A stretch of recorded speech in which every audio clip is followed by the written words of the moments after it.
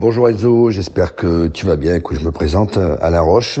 Tu n'étais pas né en 1988 quand j'ai eu la grande chance et le grand honneur de gagner ce championnat d'Europe Espoir, qui a été un moment de grande émotion pour tout un groupe qui nous a unis pour la vie. Voilà, c'était une victoire exceptionnelle qui a été âpre, difficile, mais qui a soudé ce groupe et qui a permis à tous les garçons qui ont participé à cette finale de faire plutôt une carrière acceptable et pour certains exceptionnelle dans des grands clubs européens ou en équipe de France. Voilà, en tout cas, je vous souhaite bonne chance et un petit message personnel. Je voulais te féliciter pour tout ce que tu fais actuellement. Tu es un magnifique joueur et je te souhaite le meilleur pour toi et bien sûr pour ta famille. Très beau message. Non, franchement, ça fait plaisir. C'est là aussi que tu vois l'attente qui est autour de nous. Et justement, je pense qu'il faut en faire une force. Je pense qu'on est une génération, et les précédentes aussi, qui auraient dû avoir des trophées avec l'équipe de France. Et ça n'a pas été le cas. Donc voilà, j'espère que nous, on va l'avoir, ce trophée de champion d'Europe.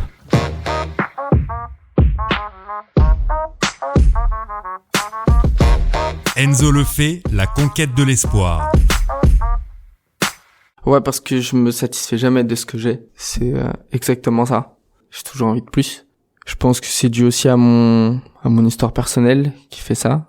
Par exemple, là, je pourrais me satisfaire de participer si j'y participe à l'Euro Espoir. Mais non, j'ai envie de le gagner. J'ai pas juste envie d'y participer. J'ai pas envie de le gagner en étant un remplaçant. J'ai envie de le gagner en étant un titulaire. J'ai pas envie de toucher à l'équipe de France A juste une seule fois. J'ai envie de m'installer dans cette équipe de France. J'ai pas envie de m'arrêter dans un simple club de Ligue 1. J'ai envie de faire partie des meilleurs clubs du monde. La seule chose à laquelle je pense pas, c'est au Ballon d'Or pour l'instant. Mais le reste, j'ai envie de vraiment marquer mon histoire. Donc Enzo, la conquête de l'espoir. Je pense que c'est le meilleur titre.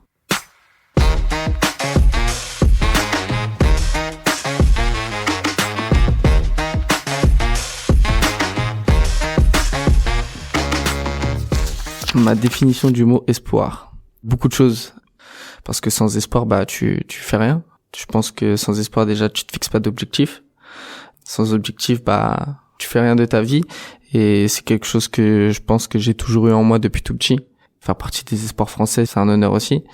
Et voilà, ça veut dire que on est pas loin d'aller en A.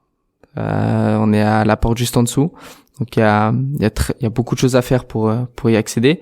Il faut encore travailler, montrer qu'on est là pour pouvoir aller toquer là-haut. Donc voilà, c'est un mot très important dans ma vie.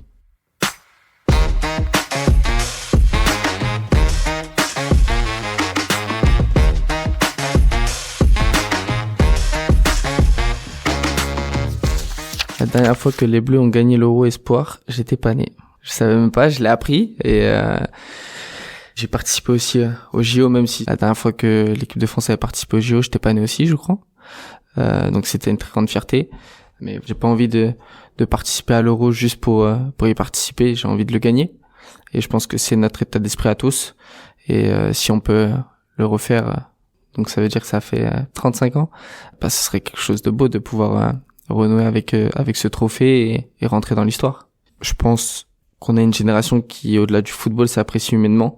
C'est très important pour nous et pour chaque personne de pouvoir gagner et de rentrer dans l'histoire du foot français. C'est quand même quelque chose de fort à laquelle on pense depuis qu'on fait les préparations et on attendait juste notre moment pour pouvoir le faire et voilà, il va arriver bientôt. Donc j'ai envie de gagner cet Euro.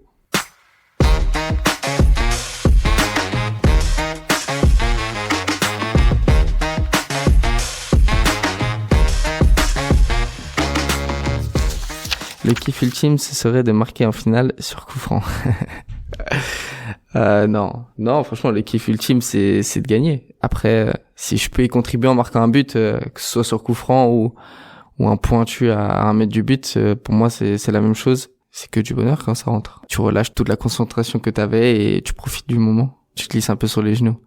Un petit peu. Si ça arrive, mon petit frère sera comme un fou. Ah, c'est vrai. Je pense que je suis une source d'inspiration pour lui. La fierté pour moi c'est très important. ce que j'ai envie de faire ressentir à ma famille. Et voilà, mon petit frère, je le considère aussi comme mon fils. C'est pas mon fils, mais je le considère tout comme. Je veux vraiment être un modèle pour lui. Je suis très proche de lui. Si tu lui poses la question, c'est qui son idole entre Mbappé ou Enzo, il va te dire Enzo. Donc ça représente beaucoup de choses. Et voilà, qu'il soit aussi fier de moi, qu'il parle de moi comme ça, c'est pour moi une réussite. Et j'ai envie que ça continue le plus longtemps possible. Donc si je peux marquer, c'est sûr que je lui ferai une petite dédicace.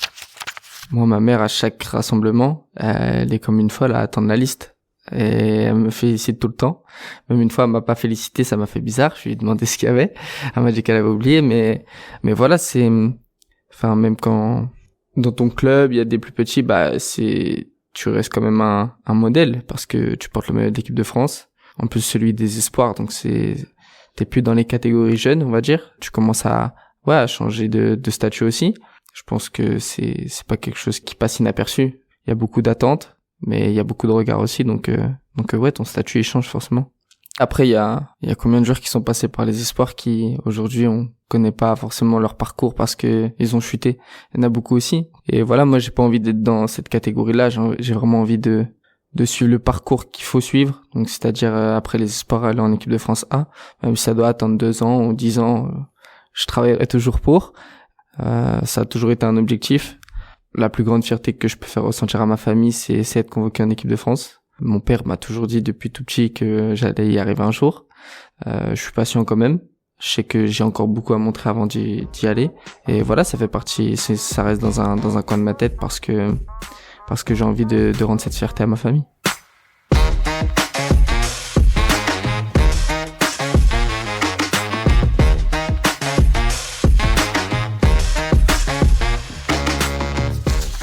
En espoir, on sent qu'on se rapproche du but ultime. Non, je pense pas. Déjà, le mot but ultime pour cet objectif-là, il me plaît pas parce que pour moi, c'est pas une fin en soi d'arriver en équipe de France. Enfin, en tout cas, c'est pas mon objectif d'arriver en équipe de France, faire une sélection, ou même juste un rassemblement, et après depuis toucher à ça.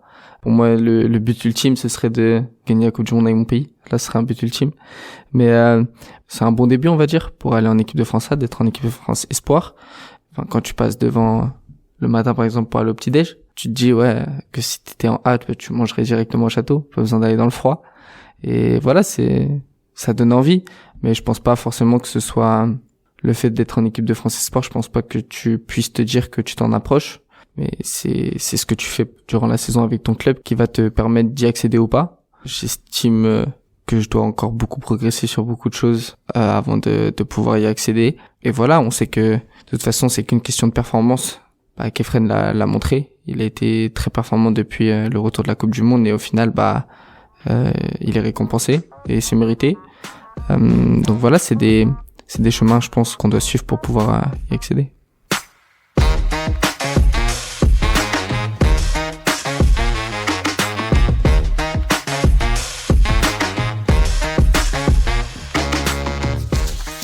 Ces derniers mois, je sens bien que j'ai changé de statut.